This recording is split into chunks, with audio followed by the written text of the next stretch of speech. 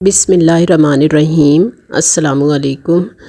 قرب قرآن سے آسمہ فرخ آپ سے مخاطب ہے۔ ہمارا آج کا موضوع ہے سورۃ النازعات، جس کا مطلب ہے کھینچ کر نکالنے والے، گرہ کھولنے والے۔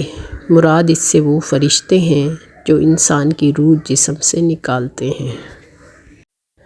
اللہ تعالیٰ نے ان فرشتوں کی قسم کھائی ہے جو جسم سے جان نکالتے ہیں، ڈوب کر ہر رگ و ریشے سے آہستگی سے جان نکالتے ہیں۔ موت ایک بڑا مرحلہ ہے، عمل کی زندگی کا آخری مرحلہ۔ تو عظیم فرشتے ہیں جو یہ عمل پورا کرتے ہیں۔ یہ بھی اللہ کی قدرت کا اظہار ہے کہ وہ فرشتوں کو اس کام پر قادر کرتا ہے۔ آگے ان فرشتوں کی قسم کھائی گئی ہے جو کائنات میں تیزی سے تیرتے پھرتے ہیں، اللہ کے احکام لے کر ان کی تعمیل کرتے ہیں۔ غلطی ان کی فطرت میں ہی نہیں ہے، تیزی سے تعمیل کرتے ہیں، احکام بجا لانے میں سبقت لے جانے کی کوشش کرتے ہیں۔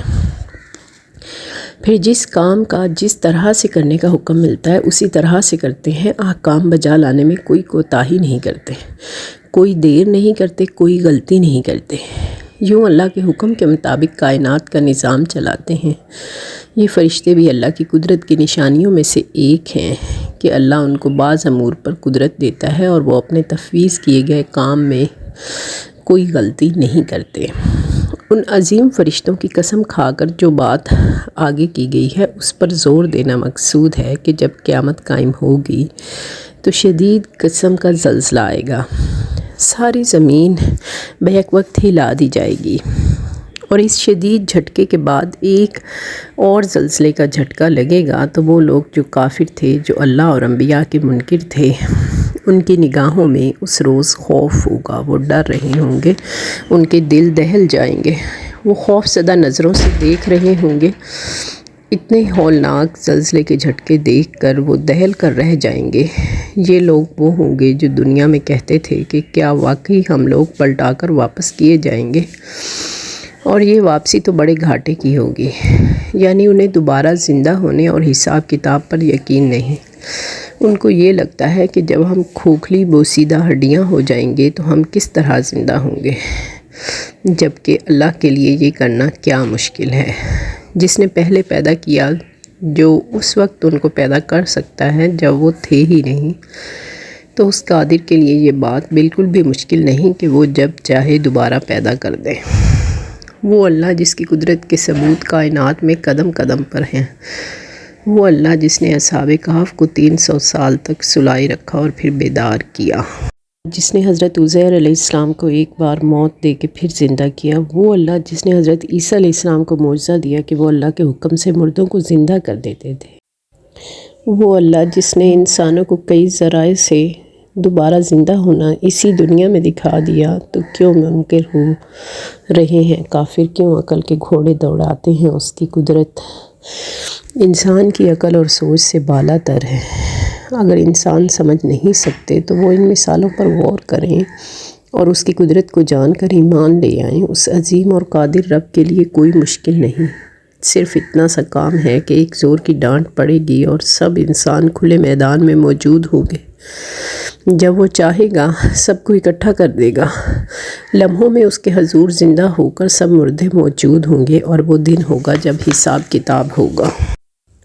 اس دن سے کسی کو مفر نہیں، کوئی اس دن نہ بھاگ پائے گا، نہ ہی اپنے غلط اعمال کا دفاع کر پائے گا، جبکہ اس کے ایک ایک عمل کی گواہی کرامن کاتبین نے لکھ رکھی ہوگی، اور اس کے اعضاء اس کے خلاف گواہ بن جائیں گے۔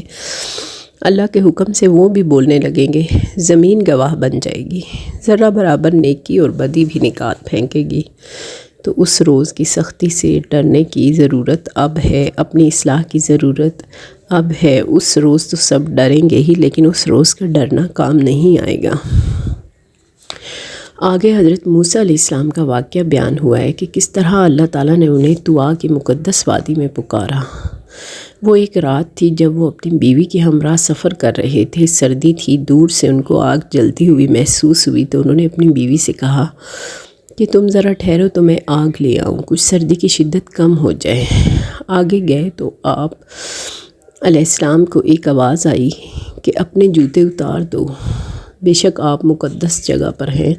اور وہ اللہ تعالیٰ سے ہم کلام ہوئے۔ اللہ تعالیٰ نے انہیں فرعون کے پاس جانے کا حکم دیا کہ وہ سرکش ہو گیا ہے، اور حضرت موسیٰ علیہ السلام کو حکم ملا کہ وہ جا کر اللہ تعالیٰ کے حوالے سے اسے پیغام دیں، اور جو سرکشی جس میں وہ مبتلا ہے اس پر اس کو ڈرائیں اور پاکیزہ زندگی اختیار کرنے پر راغب کریں۔ حضرت موسیٰ علیہ السلام نے اپنے بھائی ہارون علیہ السلام کو بھی اپنے ساتھ مددگار بنانا چاہا تو اللہ نے اجازت دے دی اور معجزات عطا فرمائے۔ حضرت موسیٰ علیہ السلام کی عصا اژدہا بن جاتی تھی، اور ید بیضا کا معجزہ کے ہاتھ گریبان میں ڈالتے تو چمک اٹھتا۔ اب جب فرعون کے پاس گئے، ثبوت مانگے گئے، تو آپ علیہ السلام نے معجزات دکھائے، مگر وہ نہ مانا، جھٹلا دیا اور طرح طرح کی چال بازیاں کرنے کو پلٹا، لوگوں کو جمع کیا اور لوگوں کو کہا کہ میں تمہارا رب ہوں۔ یہ بہت بھاری بات تھی۔ اللہ کے ساتھ اس نے خود کو شریک کرنے کی کوشش کی، تو اللہ کے عذاب نے اسے دنیا اور آخرت میں پکڑا۔ دنیا میں وہ غرق ہوا اور اس کی لاش محفوظ رکھی گئی، سب کے لیے نمونہ عبرت بن گئی۔ اور یہ قصہ بتانے سے مقصود یہ ہے کہ ہر شخص جو عقل رکھتا ہے وہ سوچے کہ اللہ کے ساتھ شرک کرنے والے کا انجام کیا ہوتا ہے، اللہ کے بھیجے گئے رسول کو جھٹلانے کا انجام کیا ہوتا ہے۔ اللہ کے دیے ہوئے پیغام سے منہ موڑنے والا دنیا اور آخرت دونوں میں ذلیل و رسوا ہو جاتا ہے۔ اس واقعے میں بڑی عبرت ہے ہر اس شخص کے لیے جو اللہ سے ڈرے۔ اب منکرین آخرت سے سوال ہے کہ تم لوگ کیوں غور نہیں کرتے، اللہ کی نشانیوں کو نہیں دیکھتے؟ اگر غور کرو تو حقیقت تک پہنچ جاؤ۔ ذرا سوچو تو کہ تم لوگوں کی تشکیل مشکل ہے یا آسمان کی؟ اتنی بڑی نشانی جو ہر وقت سامنے موجود ہے، اللہ نے اس کی چھت خوب اونچی اٹھائی، پھر اس کا توازن درست طور پر قائم کیا، پھر اس کی رات ڈھانکی، یعنی رات کو تاریک کیا، سب کے لیے سکون بخشا، پھر اس کا دن نکالا، ہر روز سورج کو طلوع کر کے روشن دن نکالا۔ یہ اللہ کی قدرت کی بڑی نشانیاں ہیں جو ہر مومن اور کافر کے سامنے ہیں، جن پر کسی بھی وقت غور کریں تو ہم اپنے سامنے ان نشانیوں کو موجود پاتے ہیں۔ پھر کیا ہو گیا ہے کہ وہ اللہ جو اتنی قدرت رکھتا ہے اس کو کیوں کر انسان اپنی تخلیق سے دوبارہ پیدا کرنے سے عاجز سمجھ سکتا ہے؟ کیا انسان عقل نہیں رکھتا؟ کیا انسان سوچتے سمجھتے نہیں؟ کہ اپنی پیدائش پہ غور نہیں کرتے؟ پہلے بھی اس نے جب بنایا ہے، جب انسان تھا ہی نہیں، تو دوبارہ پیدا کرنا اس قادر مطلق کے لیے کیا مشکل ہے؟ پھر کائنات میں ہر سو اس کی پھیلی ہوئی نشانیاں موجود ہیں۔ وہ کیسے اللہ نے اس کو فرش کی طرح زمین کو انسانوں کے لیے بچھا دیا، پھر اس کے اندر سے پانی اور چارہ نکالا، ان کی خوراک، مویشیوں کی خوراک کا اس زمین میں انتظام کیا، پھر پہاڑ اس میں گاڑ دیے اور زندگی برقرار رکھنے کے تمام تر انتظامات اس میں کیے۔ پھر وہ وقت بھی قریب ہے جب یہ ساری پھیلی ہوئی بساط سمیٹی جائے گی، جب قیامت قائم ہو جائے گی۔ انسان حسرت سے اپنا کیا دھرا یاد کرے گا جو اس نے دنیا کی زندگی میں کیا تھا، اور حسرت میں مبتلا ہوگا کہ وہ کیوں برے اعمال کر کے لایا۔ ہر دیکھنے والے کے سامنے دوزخ کھول کر رکھ دی جائے گی۔ ہر وہ شخص جس نے اللہ کے احکام کی نافرمانی کی ہوگی، سرکشی کا رویہ رکھا ہوگا، تو اس کا ٹھکانہ ہمیشہ کے لیے دوزخ ہوگا۔ وہ شخص جس نے دنیا کی زندگی کو آخرت پر ترجیح دی ہوگی، جس نے دنیا کی زندگی کو مقصود بنایا ہوگا، دنیا کی زندگی بنانے کے لیے آخرت خراب کی ہوگی، اب وہ اپنی آنکھوں سے دوزخ کو دیکھ لے گا۔ دوزخ اس کے سامنے کھلی ہوگی، اب وہ دیکھے گا اور پچھتائے گا۔ پھر فرمایا گیا ہے کہ یہ لوگ آپ صلی اللہ علیہ وآلہ وسلم سے پوچھتے ہیں کہ وہ گھڑی کب آ کر ٹھہرے گی، اس کے آنے کا درست وقت پوچھتے ہیں، تو وہ وقت اللہ کے سوا کوئی نہیں جانتا۔ اس وقت کا علم اللہ نے اپنے تک رکھا ہے۔ آپ صلی اللہ علیہ وآلہ وسلم انہیں خبردار کرنے والے ہیں، ڈرانے والے ہیں، اللہ کا خوف دلانے والے ہیں۔